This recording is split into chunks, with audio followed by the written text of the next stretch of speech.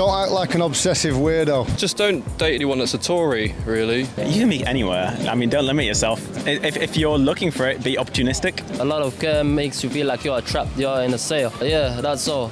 Care about it, but don't be so possessive, like don't be like that. YouTuber Arnaud from France asks guys in Sheffield, England, what's it like to date in the UK? There's links to his channel and a full video in the description below. Yeah, I'd just like to say Arnaud is so good at doing these interviews. We should really be doing this ourselves. And he's got such a good microphone, and he must have somebody filming it maybe, or he's got a good way about him, hasn't he? He has. He's got a good way of getting people to talk. Yeah. So we're learning from you, Arnaud. Thank you. But we're very happy to share your videos, and please check out his channel too. Have some good chat. I think that's the most important thing. Be able to hold a conversation for longer than 5 minutes. Avoid going into too much detail on the first date. Keep it mysterious. I think, you never want to give too much away.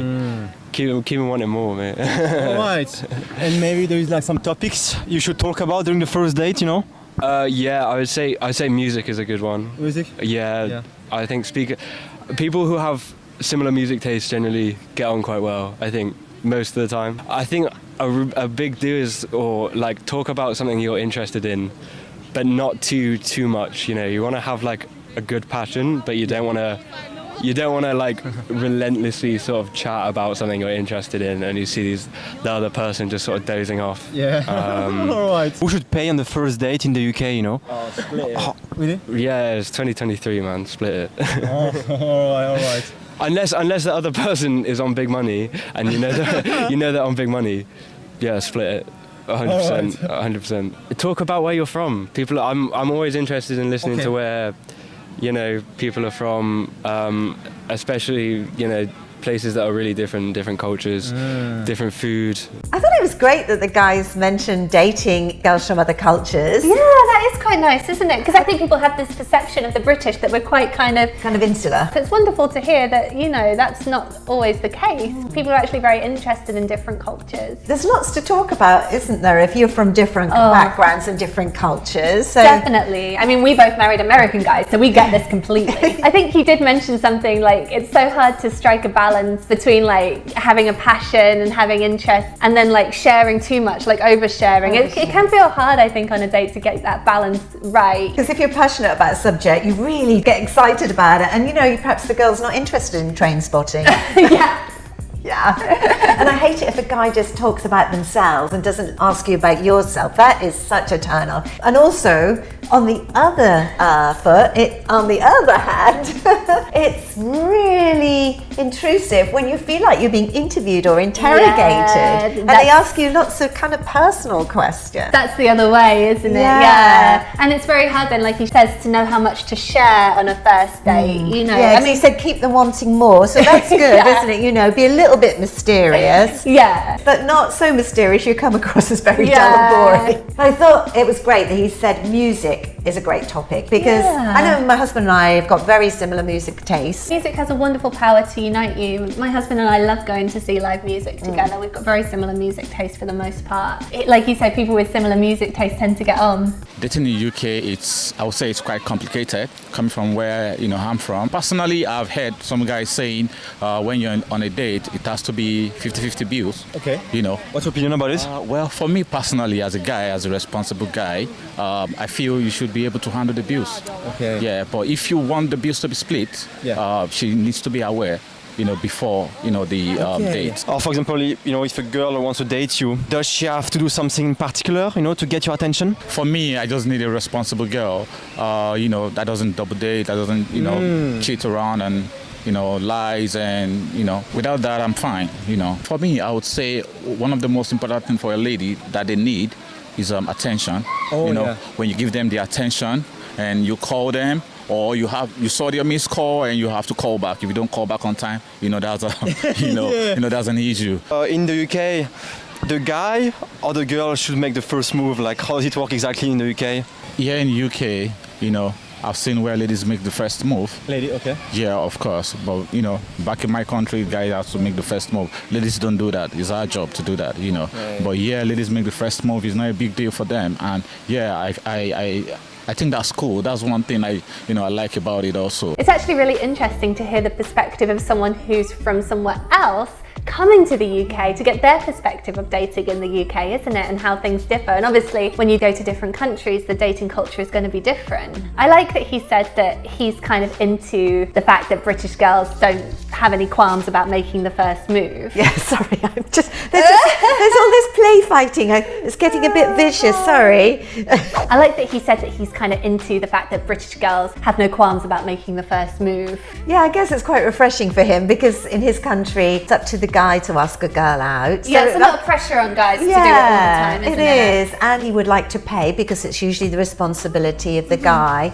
But I think he said that he would be up for sharing. Yeah, he seemed to be quite flexible. Yeah, because when you come to another country, you obviously have to be aware of the different cultural etiquette, and he is, obviously. Yeah. And I think a lot of girls would find his attitude quite refreshing. I think so. Yeah. He seems to be like a good balance between like a modern guy and a traditional guy. He's got good values, but he's also quite flexible. He did say if they call you, you need to call back quite quickly.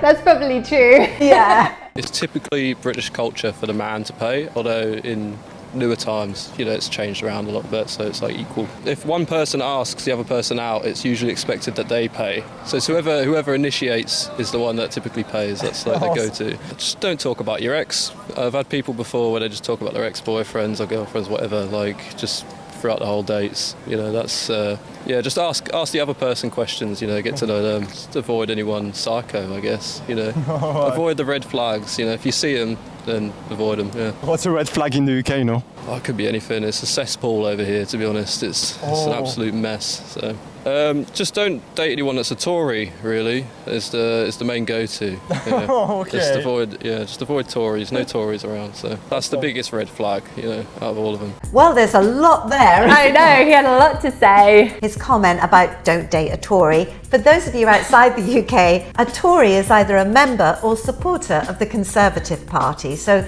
right of centre. I thought it would be interesting to read out 3 comments that have been left on the video about this very subject. And we're not going to get too political here, so don't panic. No, keep it light. We'll just read those things out and see what you think. This person says, being Tory, in my opinion, is a green flag, not a red flag. Disappointed at the bigotry of the guy who said don't date a Tory. I'm a Tory. Doesn't mean I like the government. Apparently, it means I'm racist and just hate anyone not from Britain. The real bigots and racists are people who think in that way. As an English guy trying to date in the UK, it isn't easy. Women rarely bother even speaking to me, and it's very hard to date outside your social class, especially when you try and talk to the fake left-wing, upper middle class hipster women. I think that they are probably pretty awful to date, and you can smell the elitism and stench of hypocrisy a mile off with those women. I think the most important thing is on a first date, do not talk politics. It clouds your opinion of someone, I think. And again, I think social media has a lot to blame. It kind of pits the left against the right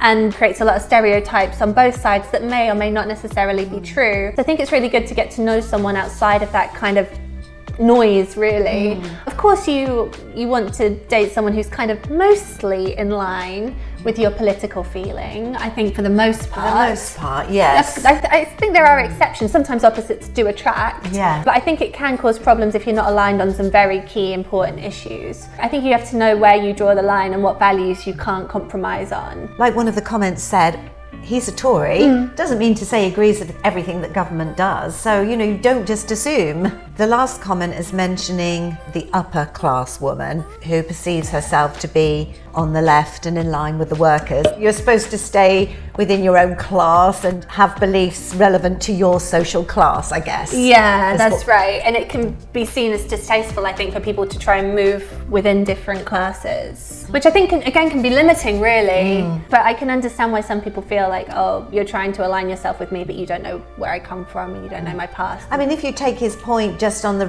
fact that he doesn't want to go out with somebody who is fake and not really who they say they are, I can understand. But I think he was making a very political point. He was making a political point, and a social class point too. Most of the ladies in here, they go for the looks, I'll be honest. So if you don't have good looks, just know how to speak. Be a sweet talker a little bit. Show your dominance and all that. Hopefully it works. What's like the dance in the UK? What's like the dance? Just don't show that you are after them so much. Don't show them that you really want them, because no, that doesn't work for everybody. So a lot of care makes you feel like you're trapped, you're in a cell. Yeah, that's all. Care about it, but don't be so possessive. Like, don't be like that. You know, be free a little bit. In the UK, who should pay for a first date? Who should pay for a first date? You know. I'll be honest. It's different from a nationality to another. But usually, we're speaking about the UK, so we're gonna speak about the English people. Yeah. Usually they go 50-50, for example. Okay. But as an Arabic person, I don't believe in that. I love you, I took you out, it's all on me. You pay your penny, nah, that doesn't work. Oh, you know what I mean? Paying for a girl. Yeah, all day long. Yeah, again, it's a different cultural perspective, isn't it? But it's interesting to hear that he would want to pay. I do think in America, a lot of guys feel obliged to pay, and many of them are happy to, but a lot of guys don't want to pay for the first date. You know, they would rather not. Yeah, we've seen lots of, or actually done a video on it as well. Yeah. About some American men thinking that women are out for all they can get from him. They are questioning some women's motives, and there's a lot of talk about men thinking that women are just after them for their status and for their income. I think that is the vibe that you get in America. I think the UK has a really good balance, actually. Yeah, we don't seem to hear that on the videos that we've seen and the people we've spoken to from the UK. There doesn't seem to be that misalignment with what women expect and what men expect. It seems to be pretty mutual, give and take, 50-50. Yeah. There seems to be a lot more toxicity creeping into dating in America in general. I would agree, yeah, and a lot of resentment on both sides, I think. So it's so refreshing seeing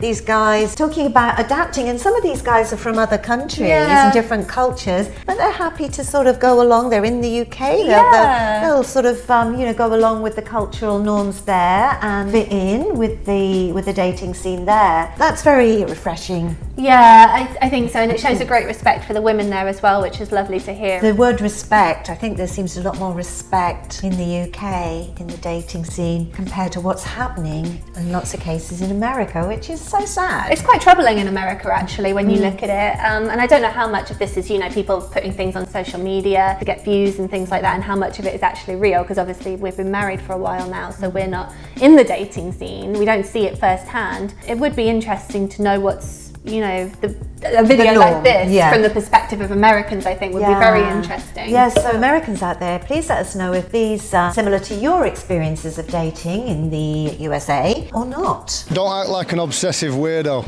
Don't be sending 100 messages an evening because you're insecure. All right. Just believe in yourself, that's what I'm saying. And in the UK, who should pay for a first date in the UK? How does it work exactly in the UK, I still go by the man. The man? But I'm traditional. I think the man pays first. All right. The man pays first, and then as long as he wants to pay, but yeah, awesome. I'm traditional. Just stay calm and just give off good vibes and just believe in yourself, then you'll pull. Yeah, don't bombard the guy with 100 messages. No, that's the worst thing you can do. It probably is the worst thing you can do. There's no need for that, is there? No, it really does come across as being rather too needy. Yes. And the same for girls, I think. Girls don't like that either. He says just believe in yourself and you'll come across as more confident and then be more attractive. I think he came across very confident, like he believed in himself. He's a cool, calm character. Yeah, I thought he was really great, yeah. And it's nice, he's a traditional guy, there's nothing wrong with that. No. He's obviously going to choose probably where to go. Yeah, he's going to plan a date, isn't he? You can tell, yeah. And then he's more than happy, he wants to pay. So as long as that's okay with you, and he did say going on from that, we'll sort out who pays for what. He can be flexible down the line, yeah. I mean, do you think that it should always be 50-50 on the first date? I would say that would be my preference, 50-50. I think if the guy pays on the first date, then that can sometimes lead to expectations on the woman down the line. I feel like if the guy pays as well, you're kind of then obliged to go on a second date whether you want to or not. It's kind of awful, isn't it, to let someone pay for you and then be like, actually not interested. I know. I think if you pay 50-50, you can then go away and reflect on it without any pressure, feeling like you have to do anything else because he was nice to you and paid. So I would say 50-50, but I understand that people have different values and you've got to do what's best for you. Definitely meet in a public place. Okay. Because, no one, regardless of the country, no one wants to risk, going to someone's house and finding out that, they aren't who they say they are or whatever. Definitely meet in a public place. Yeah. Always tell the people who you know whereabouts you're going and who you're going with. Ensuring, safety and stuff like that. Who should pay for a first date? There is some rules you have to respect. How does it work exactly here? Split the bill. Yeah, 50-50. All right. Yeah, if you buy it, you pay it. You the same as well? Yep, I would agree with that, yeah. How to meet people? Usually people meet in club, bars, or they meet online. I'd say it's a good mix between online dating, cafes, and bars. That's like the perfect trifecta. Okay. Because it's two really good social locations, and then one for quick access throughout a certain area. Okay, what's your favorite? I personally met my partner on a dating site, so Okay. yeah. But traditionally, I probably would have said cafes. It's a nice chilled experience. It's good way to meet a lot of nice people in a low pressure environment. I think, you can meet anywhere. Don't limit yourself. If you're looking for it, be opportunistic. I met my partner in a club. Yeah, but neither of us go clubbing, and it was a weird experience for both of us. I think that's really sound safety advice there, wherever you are in the world, really. It's good that it's come from a guy too, Yeah. because we obviously hear it from a girl, but either sex can find themselves in a very difficult situation. Absolutely. So I think it's very good advice for males and females. What did you think about the trifactor? Yeah, I think that makes sense. You've got your online dating as the backup there. Yeah. If you don't happen to meet somebody, but you've got a cafe and a bar. Those are very good places to meet. Yeah. And I like that he said, kind of for the first date, cafe is, there's no pressure on you. It's very relaxed. It's a friendly environment. Yeah. It's a good place to get together and to get to know each other. I think so. And the good thing about a coffee or something like that is it doesn't take too long. If you're running out of things to talk about, you can either find an excuse to skedaddle afterwards, or if it's going well, you can then go on to do something else. Yeah, can't exactly. And also, it doesn't cost a lot of money either. No. So even though if you do split 50-50, you haven't invested a lot of money. So there's no pressure on anybody to, if it doesn't work out, and not to see each other again. And I love that the other guy was saying be opportunistic. There's no way you can't meet the ideal person, and very often I think people find that they do meet someone when they're really not expecting to. Yes. He doesn't like clubbing, his partner doesn't like clubbing, but they met clubbing. Isn't that funny? Yeah, so you don't limit yourself. That's such good advice, because you do meet people in the most unlikely of places. Yeah. Well, I met my husband in America, so Yeah, exactly, yeah. why not let us know what you think? Are you dating in the UK? Then please tell us your experiences in the comment section below. Or if you're from another country, tell us what the dating culture's like there. It would be absolutely fascinating to hear what you have to say. Thank you so much for watching. If you enjoyed this video, please give it a like and subscribe to us on YouTube.